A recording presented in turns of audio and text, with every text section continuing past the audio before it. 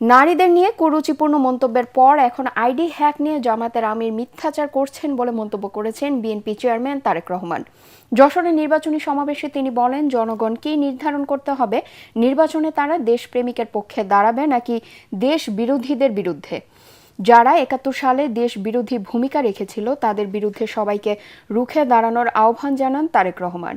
এর আগে খুলনার খালিশপুরের প্রভাতী স্কুল মাঠে সমাবেশে তারেক রহমান বলেন, জনগণের ভোটে রাষ্ট্র পরিচালনার দায়িত্ব পেলে সবাইকে নিয়ে দেশ পুনর্গঠনই হবে বিএনপির প্রধান লক্ষ্য। খুলনার বন্ধ হওয়া মিল কারখানা চালু করার মাধ্যমে বেকারত্ব দূর করার ঘোষণা দেন বিএনপি চেয়ারম্যান। একটি রাজনৈতিক দলের নেতা পরিষ্কারভাবে নারীদেরকে কিভাবে অসম্মানিত করেছে, তাদেরকে খারাপ ভাষায় অসম্মানিত করেছে। প্রিয় ভাই বোনেরা, আমাদের নবী করিম সাল্লাল্লাহু আলাইহি সাল্লাম, ওনার যে স্ত্রী ছিলেন বিবি খাদিজা, বিবি খাদিজাও একজন কর্মমুখী মহিলা। উনি ছিলেন একজন মহিলা ব্যবসায়ী।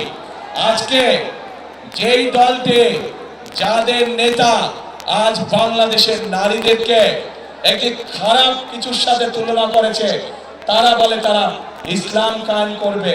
যে দলটি নির্বাচনের আগে দেশের অর্ধেক জনগোষ্ঠীকে ঘরের মধ্যে বন্দী করতে চায়, যে দলটি নির্বাচনের আগে দেশের অর্ধেক জনগোষ্ঠীকে অসম্মানজনক ভাবে কথা বলে, তাহলে আপনাদের কাছে আমার প্রশ্ন, আজকে নির্বাচনে যদি তারা কোনোভাবে সুযোগ পায় নির্বাচন পরবর্তী সময়, তাহলে তাদের আচরণ কি হতে পারে?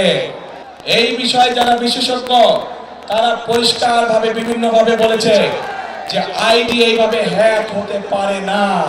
যারা আপনাদেরকে এইভাবে অপমানিত করে তাদেরকে আপনারা কিভাবে জবাব দিবেন, আজ সেই সিদ্ধান্ত নেবার সময় এসেছে।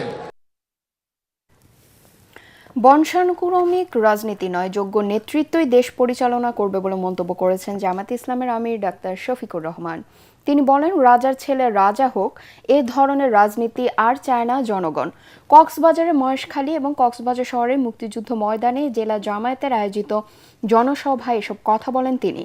আগামী 12 ফেব্রুয়ারি অনুষ্ঠিতব্য ভোটকে আজাদির ভোট উল্লেখ করে ডাক্তার শফিকুর রহমান বলেন, এটি গোলামির বিরুদ্ধে জনগণের প্রথম ভোট। নারী নির্যাতনের ঘটনার প্রসঙ্গ তুলে জামায়াতের আমির বলেন, মা বোনদের অপমান করার বিরুদ্ধে প্রতিবাদ করায় এখন তার বিরুদ্ধে অপপ্রচার চালানো হচ্ছে।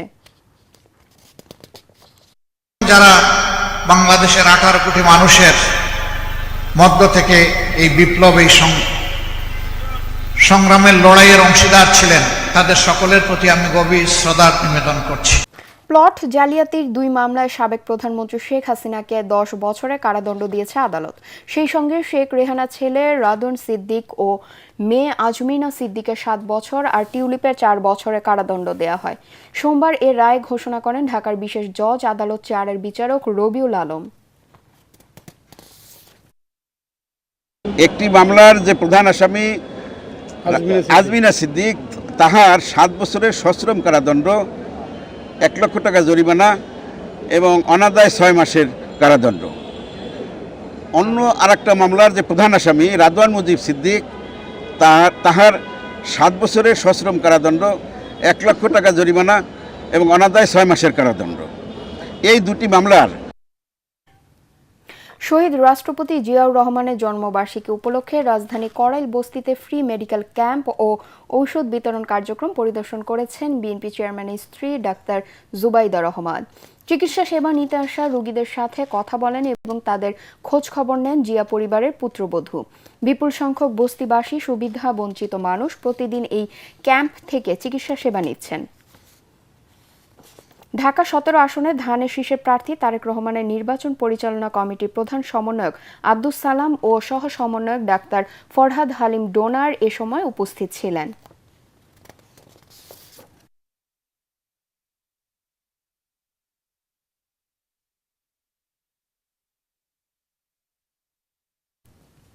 নারীর প্রতি অশালীন কুরুচিপূর্ণ বক্তব্য দিয়ে জামায়াতের আমির পুরো মা এর জাতিকেই অপমান করেছে বলে অভিযোগ করেছেন বিএনপির স্থায়ী কমিটির সদস্য সেলিমা রহমান। তার দাবি, ডাক্তার শফিকুর রহমানের বক্তব্যে প্রমাণ হয় নারী সমাজকে অন্ধকার যুগে ফিরিয়ে নেয়ার মাধ্যমে পায়ের নিচে রাখতে চায় জামায়াত। নয়াপল্টনে দলের কেন্দ্রীয় কার্যালয়ের সামনে কর্মজীবী নারীদের নিয়ে জামায়াতে আমিরের সামাজিক যোগাযোগ মাধ্যমে দেয়া পোস্টেরও প্রতিবাদে মহিলা দলের প্রতিবাদ সমাবেশে তিনি এ কথা বলেন। বিএনপি সিনিয়র যুগ্ম মহাসচিব রুহুল কবির রিজভী বলেন, আমিরের বক্তব্যের মাধ্যমেই স্পষ্ট হয়ে গেছে জামায়াত ক্ষমতায় এলে নারীদের অধিকার সংকুচিত হয়ে যাবে। আপনাদের অন্যান্য জায়গার আচরণ দেখে তো মনে হয় যদি কোনোভাবে রাষ্ট্র ক্ষমতা পান তাহলে এই দেশের নারী সমাজ যে চরম দুর্গতির মধ্যে পড়বে সেইটা বলার অপেক্ষা রাখে না। সবাইকে বলতে চাই, আপনি দলের সমস্ত মেয়েদের কাছে ক্ষমা চান এবং কারণে কিন্তু বাংলাদেশের নারী সমাজে আগুন জ্বলবে, সেই আগুন আপনার চেষ্টা করবেন। আগামী